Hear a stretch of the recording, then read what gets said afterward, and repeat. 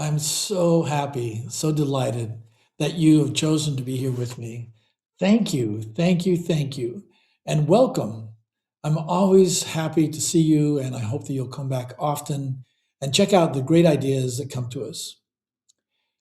I wanted to explain something to you. Maybe I wasn't clear before. I'm creating a new series, and the series is based on an ebook that I created, which is called God and Goddess Live. And this was a series of conversations I had with them, asking them about what the qualities and the characteristics of God and Goddess are. And so this is the third episode, I'll call it, or the third adventure, I'm calling it, that will be presented to you.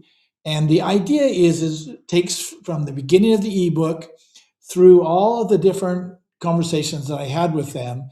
And they're talking about this very, very important concept, which is what are the qualities and characteristics of the divine? In this case, the God and the goddess in terms of the male and the female divine. And they bring up some very interesting things. So what's coming up is that you'll hear a male artificial voice, which represents God, and a female artificial voice that represents the goddess.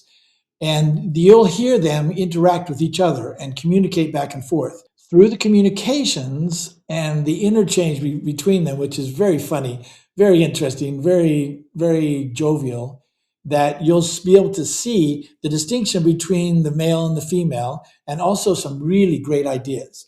Today's topic is the best topic of all. It's called love, and I think you're going to enjoy it very much. I hope you'll spend some time listening over and over, because this is really, really deep stuff, but it's going to help you in your life in so many ways. Thanks again for being here, and I'm going to jump in every once in a while as well and just talk about what they have to say. Thank you. This leads us to one of the most fundamental and basic characteristics of God, Goddess, and the universe itself: love. Love is the crowning element of all that exists. Love is not just a principle that we live by, but it is all the energy by which all of nature is organized and run by. Love is the first and the last. Love is the way it all happens. Love is the motivation and guiding influence of all that happens in the universe and beyond. You do not have to question the motives of Goddess, because she is love. You do not even have to question the motives of that old God dude that used to judge you so harshly, because he is love as well. You always ask about the so-called catastrophes of your world, and how love could possibly be the underlying energy behind things like death and people getting hurt. It is time for you to answer that question for yourselves, and then keep it deep within you. When you discover how love works and what love does, you will begin to see us more clearly. When you want to see God and Goddess, look at what we have created. Look at yourself, for instance, and see how you are. Do you see love in what you are and how you are? Do you see loving hands and hearts shaping and blessing you daily? Do you see the love that you are capable of and what you most like doing? I am not alone on this, I guarantee you. I was a very good student of the Old and the New Testament and other theological writings. And in there, it describes God as angry and punitive, and he wants to judge us and get after us and cause all kinds of problems if we don't live a certain way.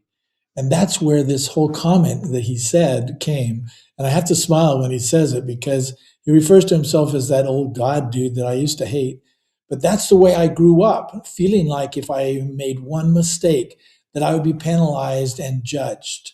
And that's where this came from. And this is a very big opening for all of us to listen to him and see what he's like, and to realize he is love. He's not any of those other lies that we've been taught all of our lives as to how he is.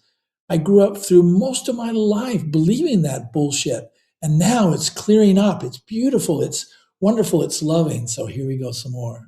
Love is the element that women are most visible for. Love is what we do. It is not to say that men do not love, they do. What we are saying is that this is a topic for women to talk about and personify. What can be more loving than a mother that brings up her child by herself and she does it all for love? She is definitely not doing it for the money or for accolades or fame. Women love and give because that is what they are. When you came to us to get help, who was it that you came to first? Was it the bearded guy that you had come to fear?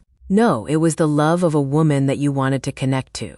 It is the love of a mother that you go to for care and gentle counsel. It is the love and hugs of a woman that soothes and blesses you when you have hurts and heartaches. You have felt the love of the universe when you have felt the love of a woman. When you feel that a woman loves you more than your mistakes and weaknesses and anger, then you have felt the kind of love that the universe consists of. But you have felt that because of a woman sharing and giving. You do not feel that love unless you can conceive of it, and you have felt it, and it has come to you as a result of mostly women loving you as only they are willing and able to do. She is very accurate on this matter. Because I have this hatred, this fear of God for all my life, when I started writing, when I started to communicate with the divine, I could not figure out a way to communicate with him. And so my first book is called Growing with the Goddess, because it reminded me of talking with my paternal grandmother. She was so sweet and loving and kind. And she put me up and she put up with me too for a whole summer when we came back from New Zealand. And she was so sweet and kind. And that was the only way I could connect to the divine, is if I switched and communicated with the female energy as opposed to the male energy. Now, later on, that changed, and I was able to shift and recognize, as a result of some of these writings that I'm sharing with you now, that God is love also. But because I had these bastardized concepts that I was brought up in through most of my life, I could not connect. But once I got to the feminine, I could. It was wonderful. When you hear a phrase like, God is love, you take the next step in understanding the most fundamental quality of God. We are not saying that God is loving, although God is the ultimate lover. The truth is that God is love. That means that there is no difference or distinction between God and love. Love does not exist outside of God, and God is the personification of love. When God says this, he is not saying that God is the only source of love, merely that he and love are inseparable. This is also true of every divine being, and particularly true when you speak about the goddess. As I talked about before, each entity gives and is love, in the form that each entity wants to give love. It is particularly important for females to express themselves with love. Being love is important, but expressing this love in ways that are unique and pervasive are qualities that show up in the female form. An earlier question you had was about how the goddess is different than God. You also questioned if I exist, and what my role might be. You can see the purpose of having a goddess by looking at the different roles, and why the different roles are so critical to development and growth. Can you imagine your Earth without the loving nurturing of women? How many children would not survive without the care and love of their mothers? If it was even possible to have life without females, then life would stop at the next step, because the male influence alone would not sustain the species. Both types of energy are necessary and key to their purposes. If you take one role away and then try to surmise how things work, then you get to a standstill. Is one role more important than another? No. Can either role proceed without the other? No. The roles are meant to complement and uplift the other. When the male and female forms complement each other, then the system works smoothly. When the roles fight against each other, then friction breaks everything down. This is not to say that females cannot get along with females and males with males.